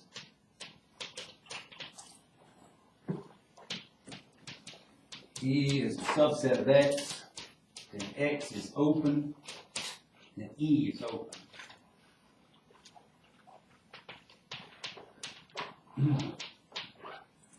In X, if for every X in E, here I'm going to write down a little x on purpose because my space is called big X. X is an interior point of E.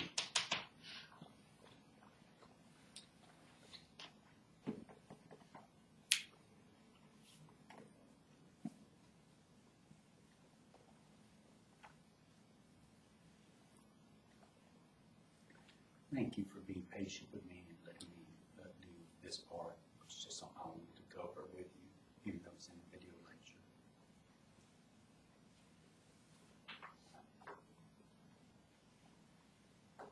lecture. As an example, here this -5 to -1 is open in R. Every one of its points is an interior point. Is that okay with you? I've erased it, but we saw that. Remember that? Okay. So that means it's open, because every one of its points is an interior.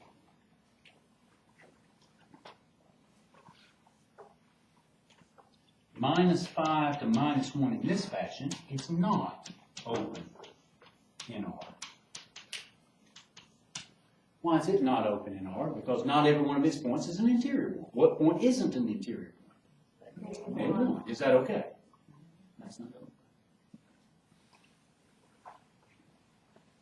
Minus infinity, all of R, to infinity, is open.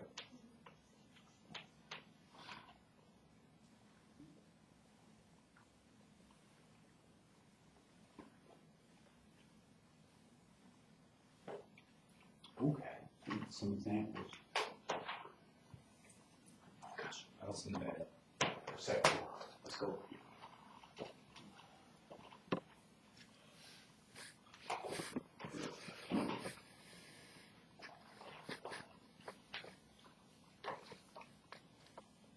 Did Dr. Osorio hold you long? Hold you longer than the time? He let you out at 11. That's nice of him.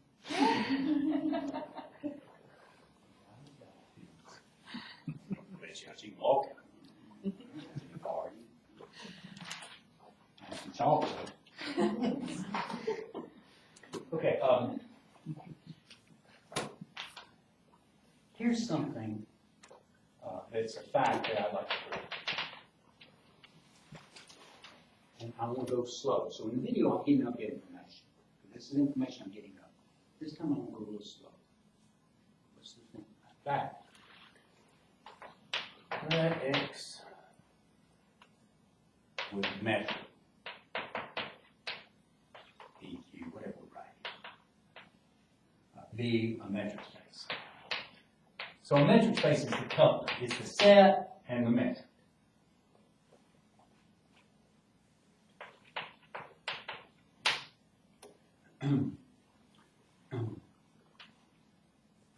Every neighborhood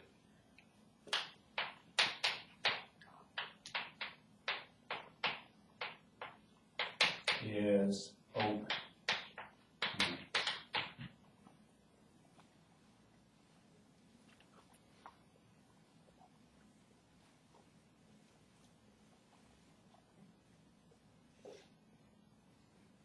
So here's kind of the idea. So remember I drew this picture, here's X, here's some point, if you give me a point, I put a neighborhood about it. Neighborhood circle about it. I'm saying that circle, without its borders, is open. So you give me any, what does it mean for this circle to be open? That means that every one of its points is an interior point. That's the definition. Okay? We can think, oh, every one of its points. What does the definition say? Okay? It says it's an interior point. That's what it means. Okay? That's not the only way we can show openness. We'll get some facts. Okay? Later. But right now, that's all we know. Us talking to each other today. And so what I do is, if you give me some point, what I'll do is I'll just make a little bitty circle about it that's contained in that bigger circle. Is that okay? Now I've got to write that up. That's the idea. Is that okay with everybody? So I don't know if this is drawn pretty small. Here's P, here's a neighborhood about it. I'm saying that's open. What's it mean? It means if you give me any other point in there, that is an interior point, meaning I can get a neighborhood about it. I just draw that neighborhood. Is that okay? Doesn't matter what point you give me. There's some gap between where you gave me and the border. Is that okay? Draw some of the circle. So here's what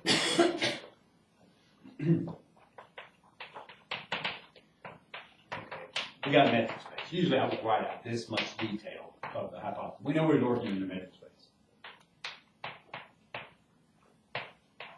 And this is in our notes. Hey, what happened here? This should be a C.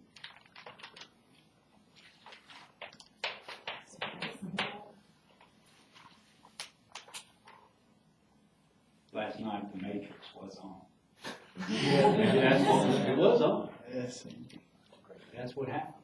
The Matrix reloaded.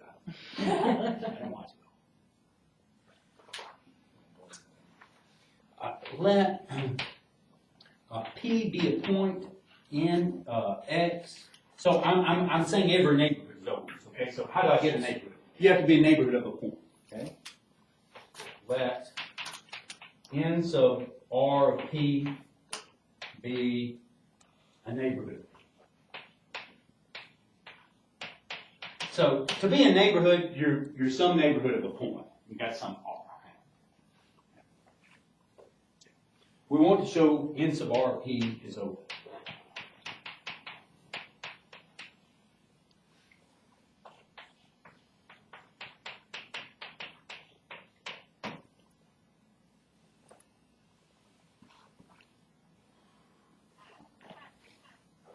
How do I show it's open? Well, I'm racing right here. I have to show that every point of that neighborhood is an interior point.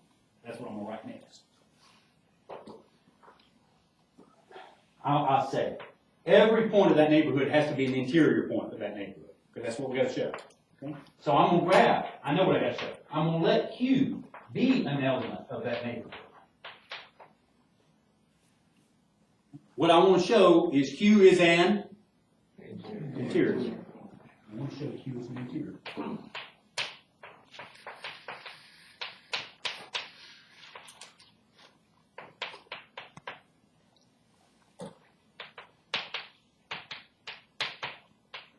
Okay.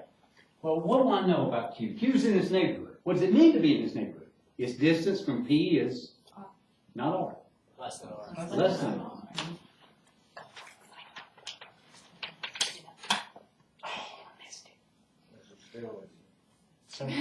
There's those steroids again. Oh, I mentioned that, yeah.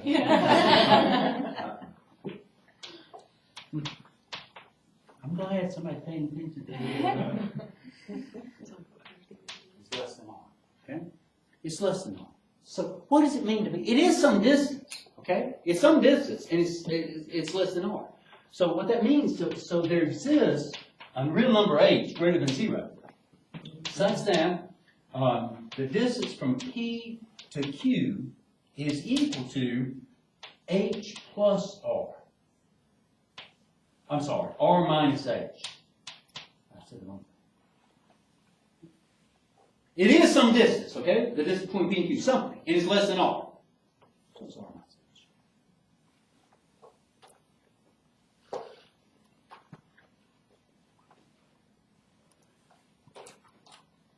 This distance, okay,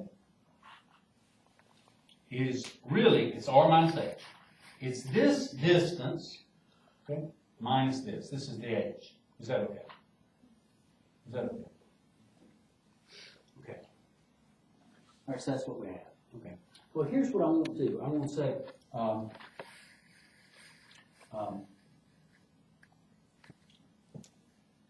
examine the neighborhood of distance h about q. Look at that. What does it consist of? It consists of all the points, let's call them s's, element of x, such that the distance between q and s is less than h.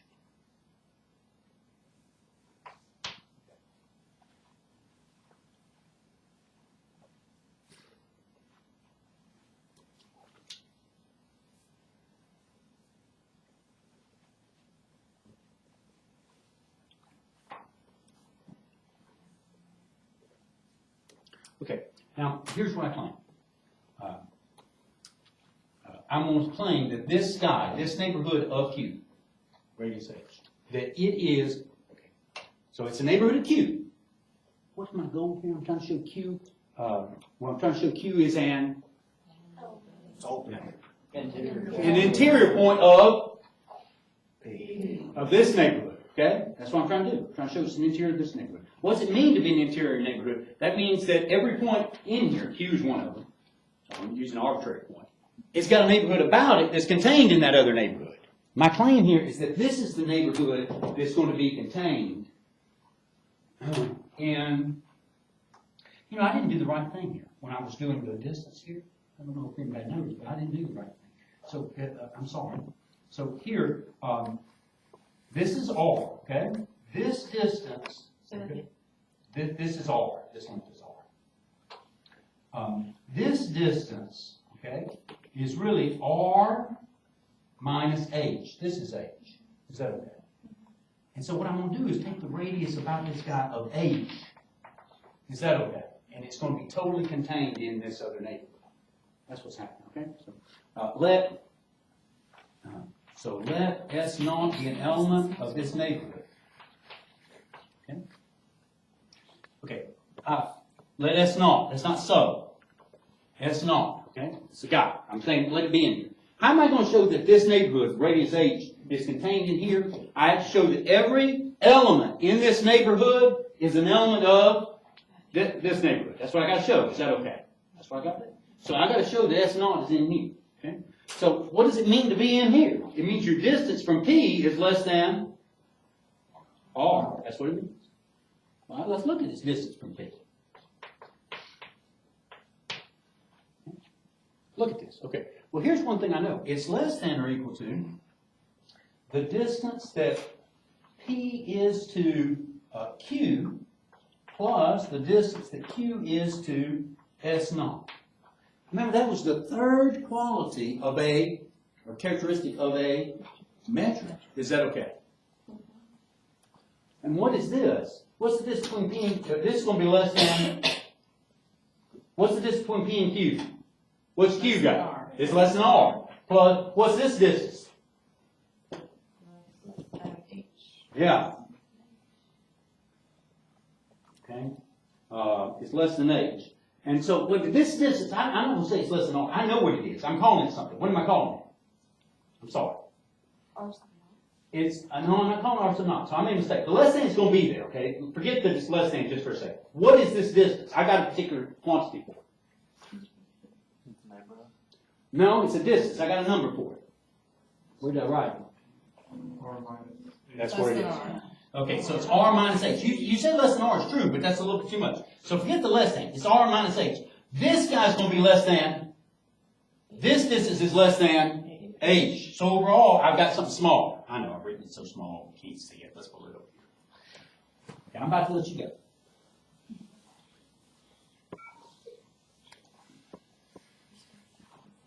So this is, I'm not putting anything in. This first part is R minus H. This guy is less than H, so the whole thing is less than, which is going to make it less than R. Is that okay? We just say equal R here. But we already got a less than, so that means the subside is less than. So that says that the distance between P and S naught is less than R. And if it's less than R, if the distance between P naught and S naught is less than R, that means S naught is in the, which neighborhood? P. That's right. And if S naught, okay, that's a subtle.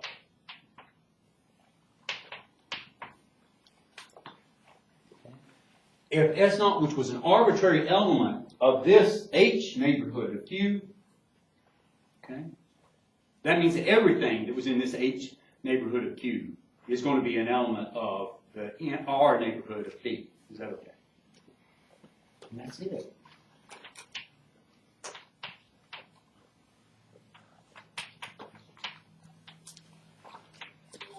And that means that Q is, what do I get to say? Q is an, that's right. That's right. And look, that's the way some of the mathematics works, okay? And it took us a good bit of time, 25 minutes to go through this. And I'm doing it about 10 minutes on the board. Okay? So it takes time to go over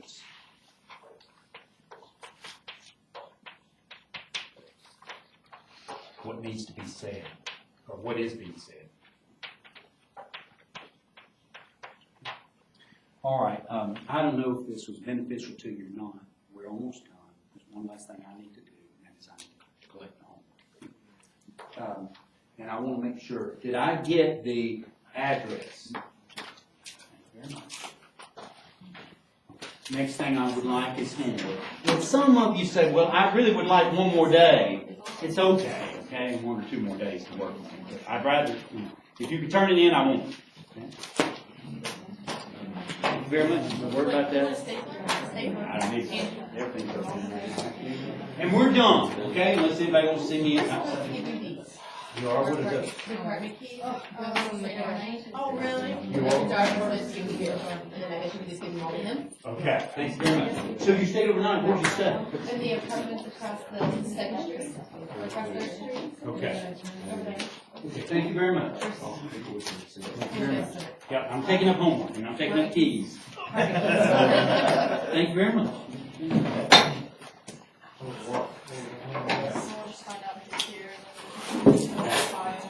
Thank you very much. Thank you very much. Thank you very much for coming.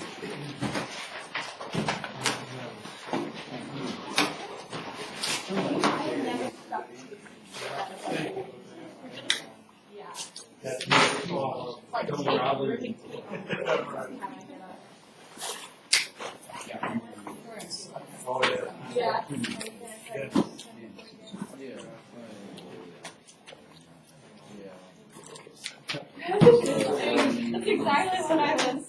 I was like, and my girl.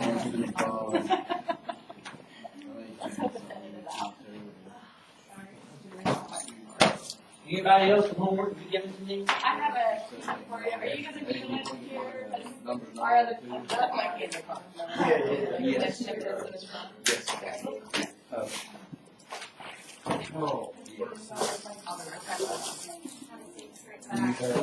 Do I have everything from everybody who wants to give me something? That's okay. I got some.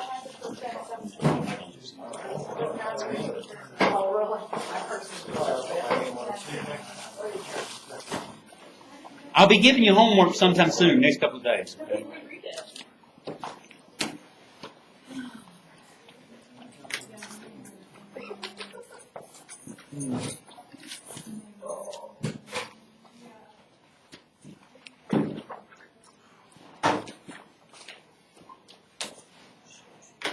Thank you very much.